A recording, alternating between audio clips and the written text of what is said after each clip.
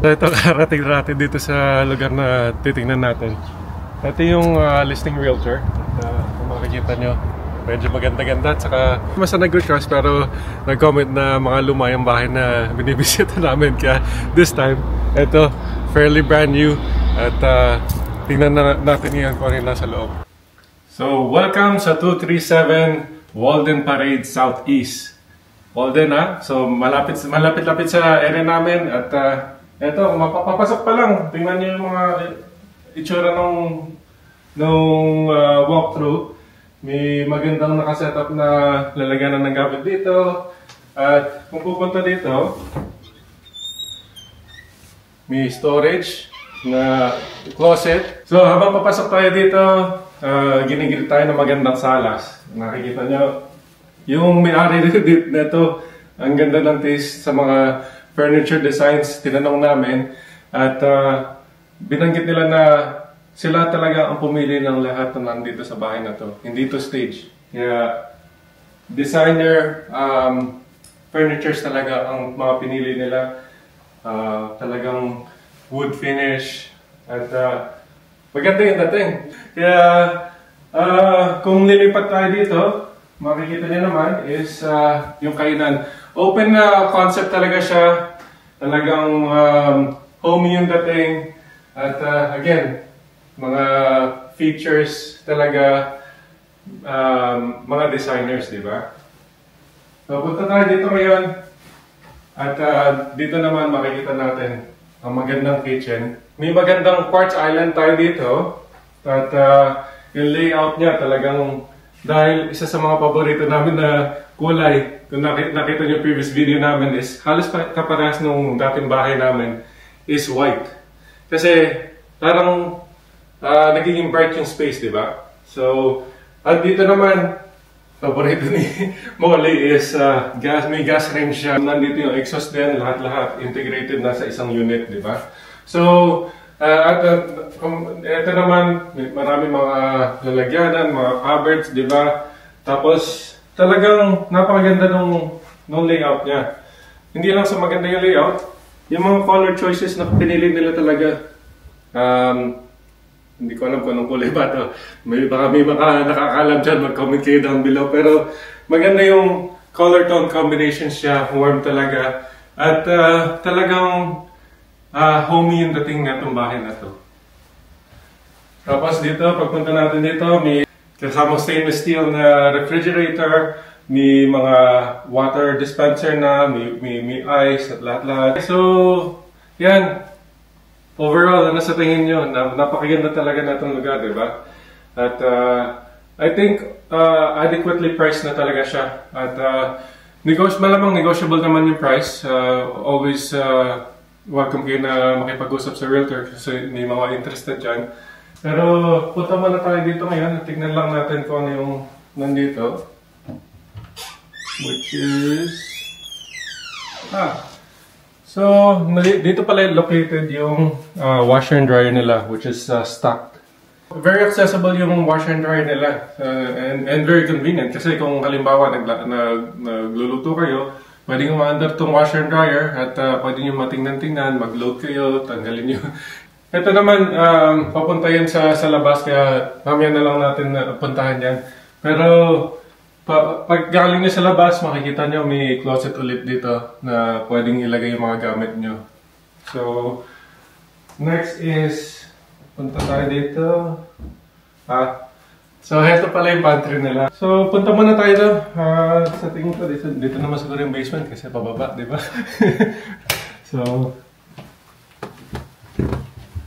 kung makikita natin, fully finished pala yung basement niya. Kaya bonus na bonus yan. At papasok pa lang, ito yung, dahil sa sobrang spacious yung entrance sa basement, nagkaroon pa ng space para lagyan ng mini gym dito.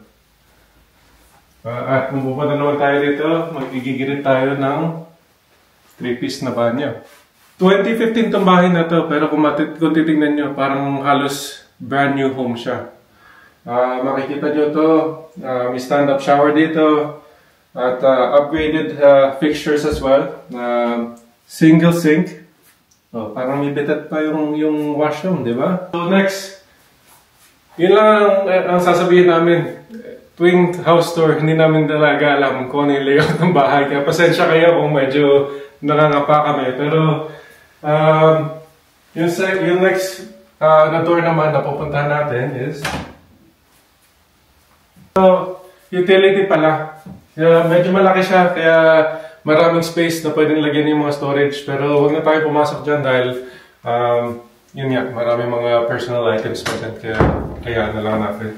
So punta tayo dito is another storage space. Swak na swak lang siya sa mga maliliit na bagay.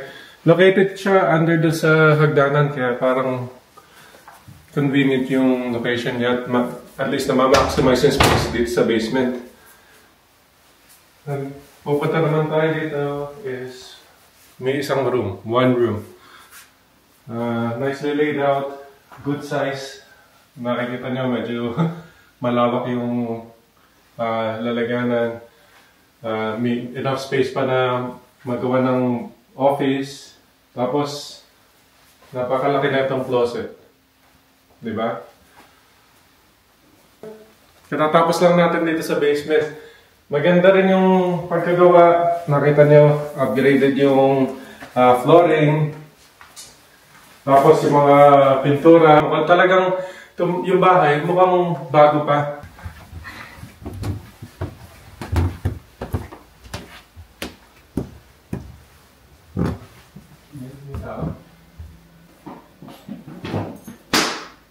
So ayan, kinatapos lang natin sa basement at kung pupunta tayo dito papunta sa taas, dito sa left side ko is yung main washroom para dito sa main floor dito.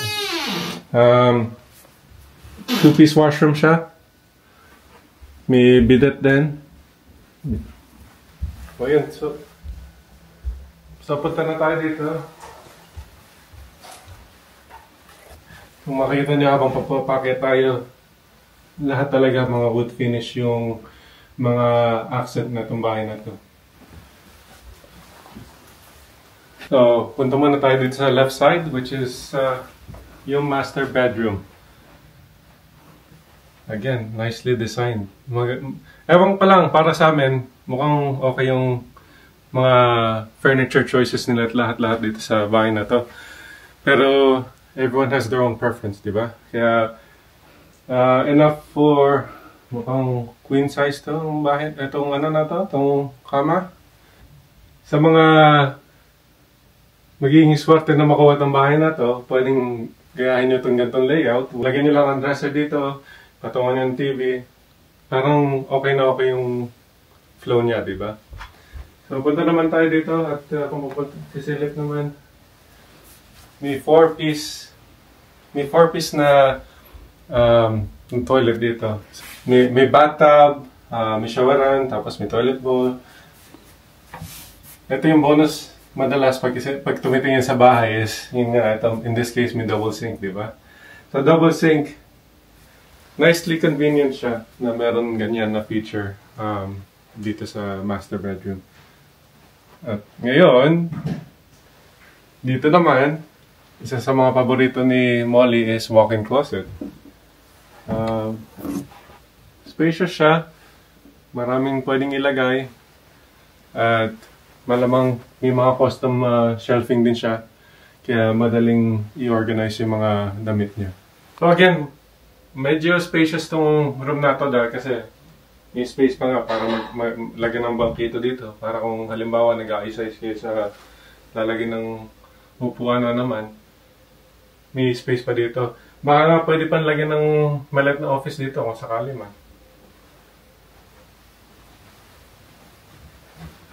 At tapos dito may maliit na lalagyanan ng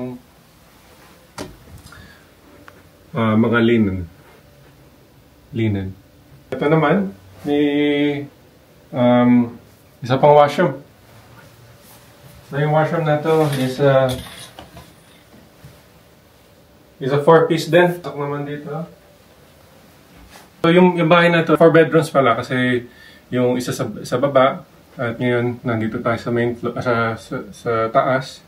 may 3 bedrooms, 2 smaller size, and then the master bedroom, diba? So, ito yung itsura ng isa sa mga bedroom.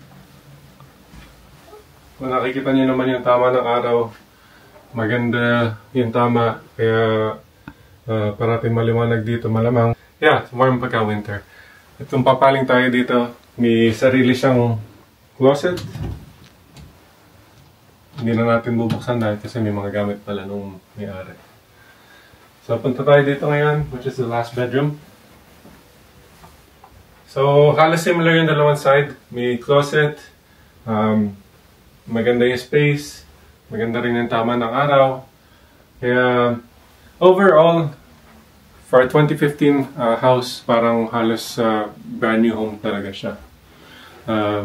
So, again, sa mga may interested, feel free to reach out to the main realtor para at least malay natin, magkasunduan kayo.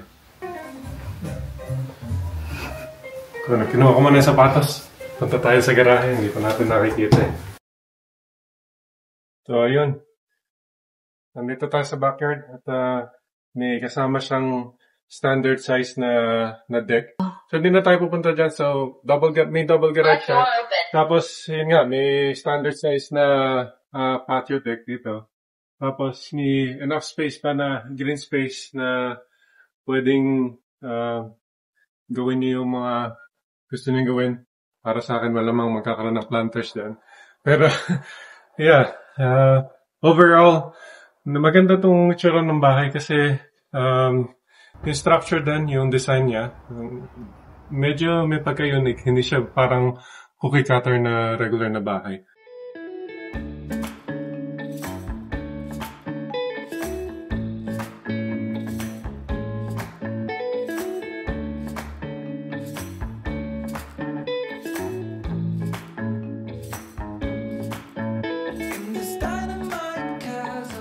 So, ayun. Katatapos lang natin sa pag-house tour. Pero gusto lang namin i-introduce si Miss Marian.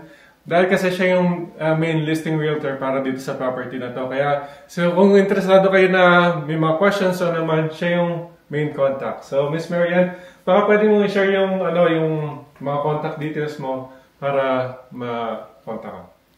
Hello po, si Marian po. Calgary Realtor. Kung may kakilala kayo na gustong bumili ng bahay or any questions about real estate, just call me 587-969-9760. There we go. So maraming salamat sa sa amin at least na-feature tong property na to. Maganda tong property na to kung nakita nyo. Ang daming mga upgraded na bagay at magaganda yung mga furnitures. Baka pwede nyo pa i-negotiate pa sa kanila. Diba? I guess until next time, bye!